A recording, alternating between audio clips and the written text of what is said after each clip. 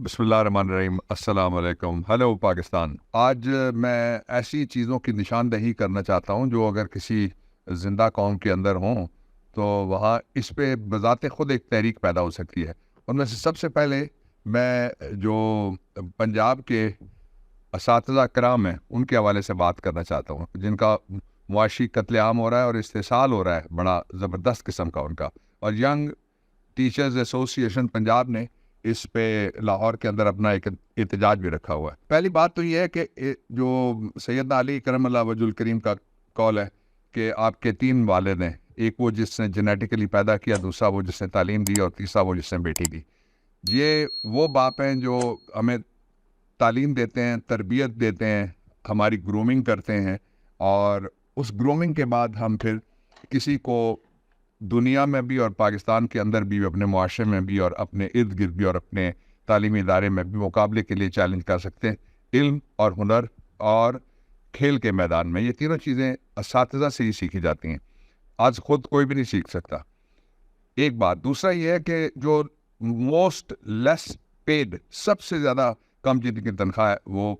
Teachers ہیں، اور پنجاب چونکہ آدھے سے زیادہ پاکستان ہے، اس لیے زیادہ ٹیچرز وہاں پہ ہیں اور ان کا برا حال ہے، اور اسکولوں کا بھی برا حال ہے۔ تیسری بات یہ کہ وہاں سہولتیں ہی کوئی نہیں ہیں۔ چوتھی بات یہ ہے کہ ان کو کوئی کسی جگہ پہ پرائرٹی میں ہی نہیں ہے، تعلیم ہی پرائرٹی میں نہیں ہے۔ آپ ذرا نکال کے دیکھیں نا تعلیم کے لیے کتنے پیسے رکھیں، وہ آدھا ٹیڈی پیسہ جس کو نواز شریف کثیرہ کہتا ہے اور شہباز شریف دیلا کہتا ہے، وہ بھی نہیں بنتا فی ٹیچر۔ اگر آپ دیانتداری کے ساتھ جو معاشی اس وقت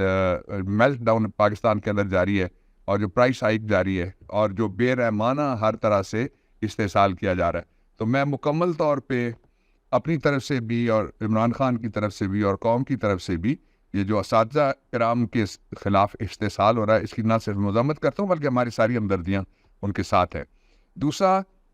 پاکستان کے اندر ایک اور استحصال ہو رہا ہے، وہ استحصال ہے کہ ایک پارٹی ہے، اس کا لیڈر ہے، وہ اس طریقے سے عدالتوں میں کھینچا جا رہا ہے کہ دنیا کے اندر کوئی اور اگر ملک ہوتا تو وہاں کوئی نہ کوئی اس کا نوٹس ضرور لیتا، اور کہتا کہ یہ کیا مذاق ہے کہ 6 مہینے پہلے جو ہوئے پرچے ہیں اور ایف آئی آر ہیں، ان کے اندر بھی ایک تتمہ بیان اس کو کہتے ہیں اردو میں، اور سپلیمنٹری اسٹیٹمنٹ اس کو کہتے ہیں۔ سپلیمنٹری اسٹیٹمنٹ کاٹنے کے بعد آپ عمران خان کو نامزد کر رہے ہیں، لیکن جس شان کے ساتھ وہ جاتا ہے، آتا ہے، ایک رات وہ لاہور میں ہوتا ہے، دوسری رات وہ بنی گالا میں آتا ہے،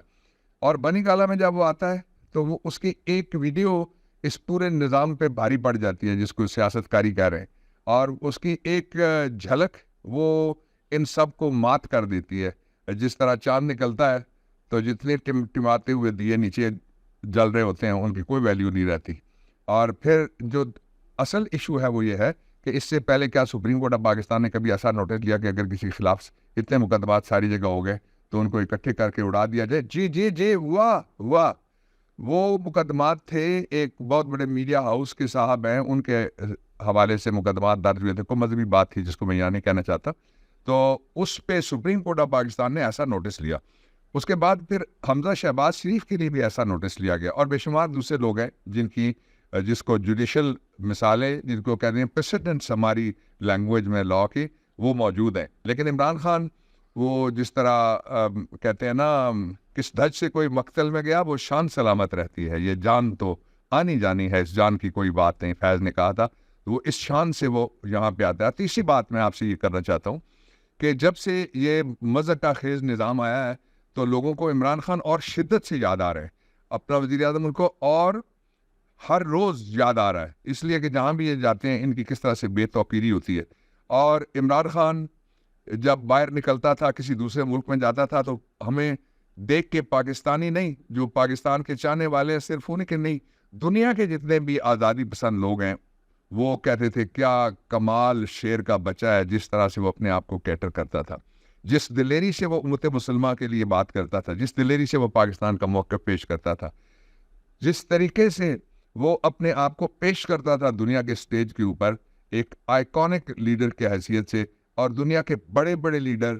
جو عمران خان کو کس طرح سے ہاتھوں ہاتھ لیتے تھے اور بسر و چشم لیتے تھے، اور کس طرح سے برابری سے بھی تھوڑا سا آگے کی عزت دیتے تھے، اور کس طرح سے پاکستان کی توقیر تھی۔ پاکستان آج ساری دنیا میں بے توقیر ہوا، بے توقیر کرنے والے وہ چوہے کی طرح چھپ رہے ہیں، وہ بلی کی طرح بھاگ رہے ہیں،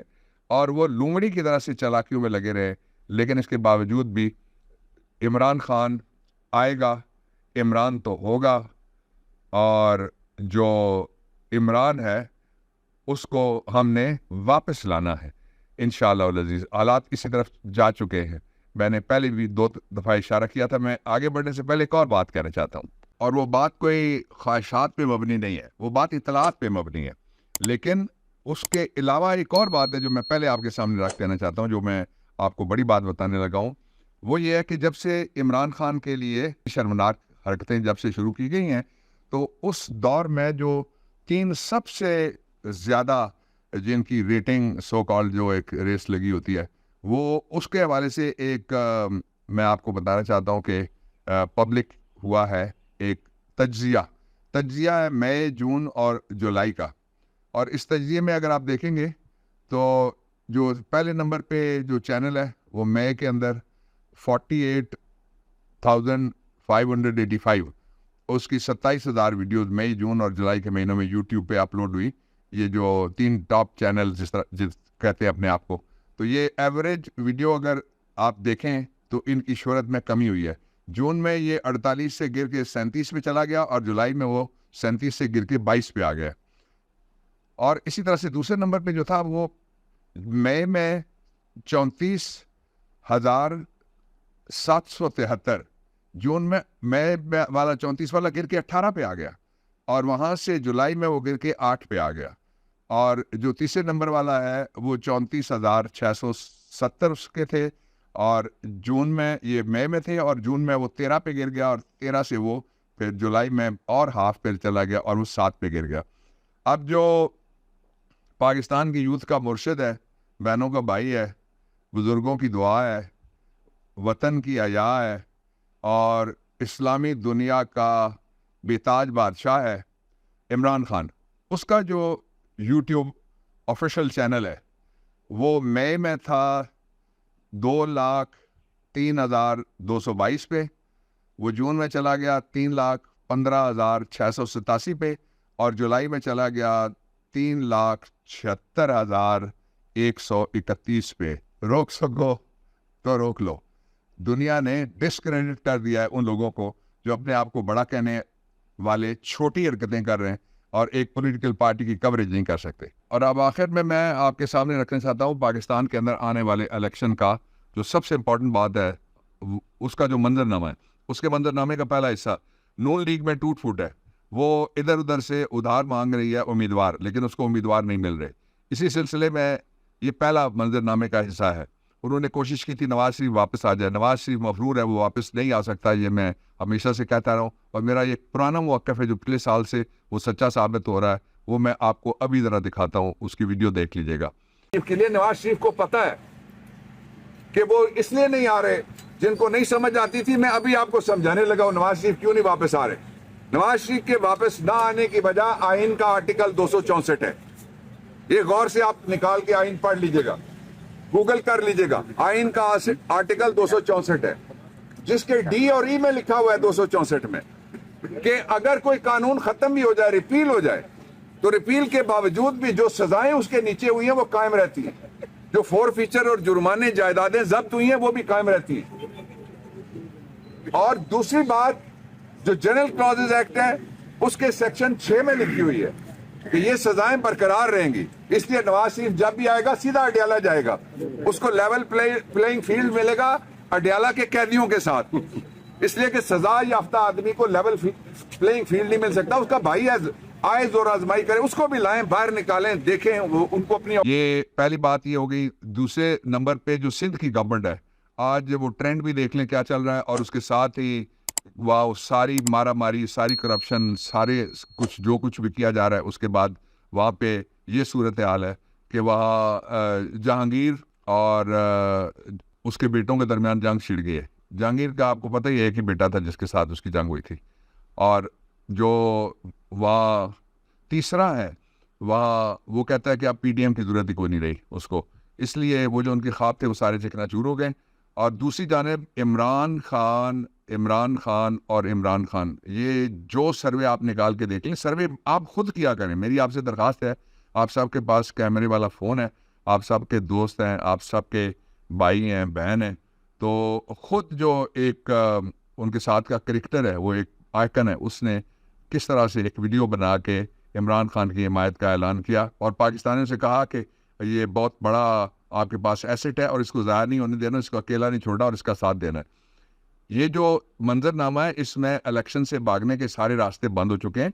اور الیکشن کی تیاری شروع ہو گئی ہے. اور وہ ادارے جو پہلے یہ کہتے تھے کہ ہمارے پاس پیسے نہیں ہیں, وہ ان کے پاس پیسے بھی ہیں, اور وہ ادارے جو کہتے تھے کہ ہم الیکشن نہیں کرا سکتے, اتنے عرصے بعد کرائیں گے, وہ بھی ہیں. اور وہ ادارے جو اس بات پہ لگے ہوئے تھے نہیں ہیں کہ کوئی طریقہ نکال کے اس کو ڈیلے کر دیا جائے, الیکشن فیئر ہوگا, فری ہوگا, election in accordance with law ہوگا, الیکشن ٹرانسپیرنٹ ہوگا, اور الیکشن درست ہوگا تو پاکستان کی سمت درست ہوگی, اور الیکشن درست ہوگا تو عمران ہوگا. اس لیے ہم سب نے عمران کو واپس لانا ہے, اور سب سے زیادہ عمران تو ہوگا. ایک اور بات میں آخر میں آپ کو یہ کہہ دوں کہ جو شہباز شریف نے ایک بہت گھٹیا حرکت کی تھی, ایک ٹویٹ کو بہانہ بنا کے, اور پاکستان کے اداروں کے خلاف جو عرضہ سرائی اس نے کی ہے,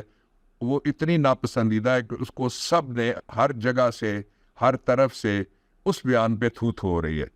اور وہ جو سمجھا جا رہا تھا کہ یہ واپس آئے گا تو یہ پاکستان کے لیے کچھ کرے گا, یہ سمجھ لیجئے کہ یہ خاندان کے علاوہ کسی کے لیے کچھ نہیں کر سکتے. یہ شریف خاندان کا ہمیشہ سے تاریخی ریکارڈ رہا ہے. کل پھر بات کروں گا. پاکستان پائندہ باد.